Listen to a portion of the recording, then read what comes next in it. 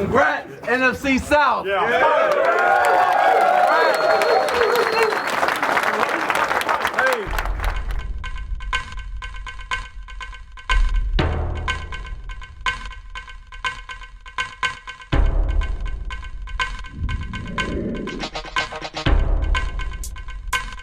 I have the Bucs for 6 victories. Only do so much. I think Baker will be okay. I think he'll throw to some good weapons, but that team is going to struggle to a degree. NFC South, I think it's a slam dunk. I think Atlanta's going to win this division. Tampa's going to be feisty. But we're going to forget about the Kirk Cousins, Michael Penix drama. This is a really good football team offensively. Raheem Morris, sharp cat.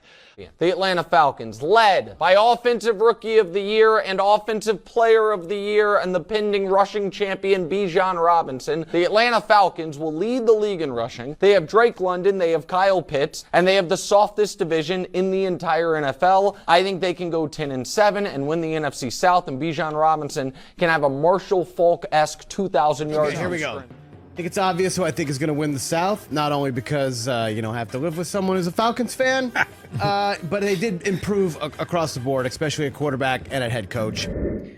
And your 2024 NFC South Champs playoff bound Tampa Bay Buccaneers. What's going on, y'all? AJ, turn up here. This is a time for me to gloat and talk about all the receipts that I kept for all the naysayers, all the doubters out there who continued to throw shade, hate, and doubt on the Bucs, not because of football logic, but because of other nonsense that they heard. The Buccaneers were supposed to be an organization that fell flat after Brady left. Then when Baker Mayfield came in and turned this team around and got them into the playoffs and a close damn near divisional championship against the Detroit Lions, then the Bucs were supposed to regress, as you hear in these videos and as you see when it comes to these expert predictions about the Tampa Bay Buccaneers. And I tried to explain to a lot of the doubters that are not just analysts, but just regular people who want to talk football. I explained to them on a football level, not a fan level, because I am a fan of the game of football first, then my Tampa Bay Buccaneers. And I said, logically, this Buccaneers team still has the best quarterback in the division, despite Kirk Cousins coming in, because Kirk has not impressed me at all, even in his career. He's always been an average quarterback that has above average moments. That's it. I tried to explain to everybody the Buccaneers have the best receiving core in the NFC South, the best quarterback, the best defense, despite what transpired the entire season. The defense still stepped up when necessary. This Buccaneers team was always the force, was always the team to beat within the division. Just because we didn't have a good storyline, that is what pushed us out of the national spotlight. After Brady left, unfortunately, the media and all the good criticism for the Bucs went with them, and we again had to prove ourselves. And despite the injuries, despite back-to-back not being swept by the Falcons, the Bucs still persevered at 4-6. They could have folded while the Falcons were 6-3, and the Bucs were resilient and they persevered because they realized it takes a full season to be a champ, unlike the Atlanta Falcons, who were celebrating, throwing water in week 5 because beating the Bucs was their Super Bowl. And then what happened? Unfortunately they turned back into the Falcons. That 28-3 lingering thing is still messing with them.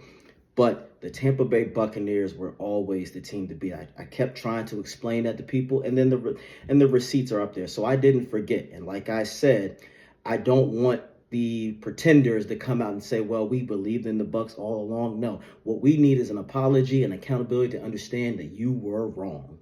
That's all we true Buc fans want to hear for the naysayers and doubters, because we know that you did not have a football logical reason. You just went off of hope. You thought that Kirk Cousins was going to magically come back despite coming off an Achilles tear. Also, despite the fact that the talent level dropped from Justin Jefferson to Drake London. This isn't a shot at Drake London, but he's not Justin Jefferson. Addison is better than Maroney. And you thought that Kirk Cousins was going to do that, a guy that was 1-4 in the playoffs?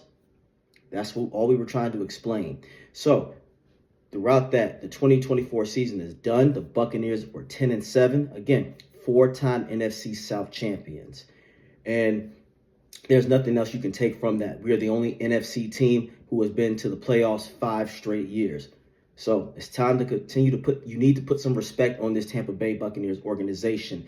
The 2024 draft class was magical with Bucky Irvin, McMillan, Devin Culp, Grant Barton, Tyke Smith. We're on a roll. Jason Light is a brilliant GM. Todd Bowles, despite all the criticism and doubts that I have in him, he still kept this ship right. Cohen, a phenomenal offensive coordinator, better than Canales, by far turned this team around where the rushing attack was dead last, and now we are an elite rushing attack with 3 solid running backs. Bucky Irvin is a stud. So this Bucs team can make noise into the playoffs, and I'll be giving a breakdown of the Bucs and Commanders soon. But again, for the naysayers, what did we tell you? Now it's time to buck up. Know how to shine. Know how to shine.